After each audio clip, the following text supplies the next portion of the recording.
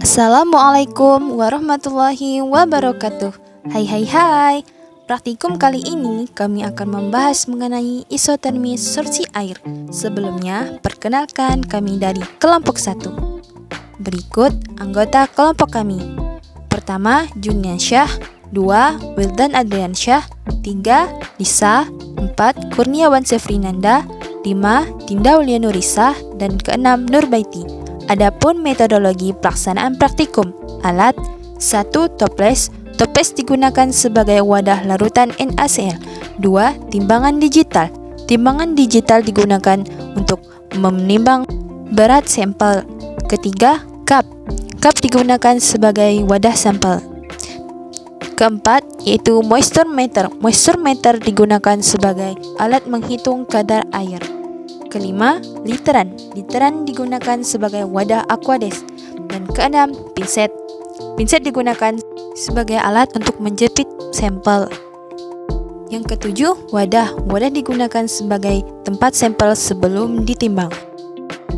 Kedelapan, yaitu pisau. Pisau digunakan untuk memotong sampel. Adapun bahan-bahan yang digunakan yaitu 1. Aquades. 2. Garam atau NaCl. 3. Keju. 4. Kerupuk. Berikut ini prosedur kerja praktikum. 1. Disiapkan alat dan bahan. 2. Dibuat larutan NaCl 10%, kemudian dimasukkan ke dalam toples, kemudian didiamkan selama kurang lebih 1 jam. 3. Disiapkan sampel kurang lebih 5 gram, dihitung kadar air awal, kemudian dimasukkan ke dalam toples. 4. Dibiarkan sampel selama 2-3 hari. 5. Dihitung kadar air akhir sampel. Dan ke-6, diamati perubahan kadar air akhir dan tekstur pada sampel.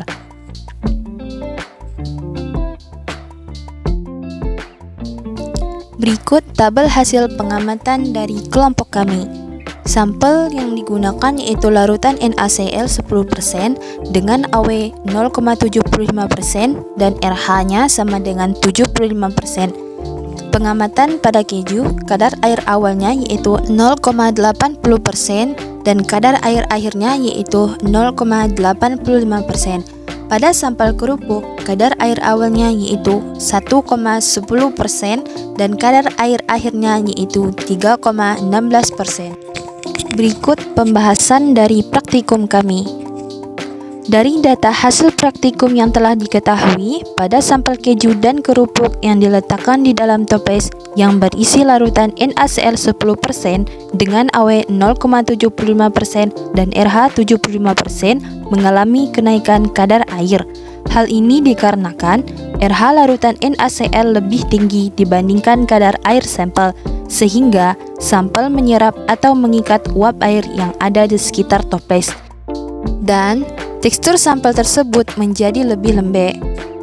Sekian video praktikum dari kami. Apabila ada kesalahan, kami mohon maaf. Semoga bermanfaat.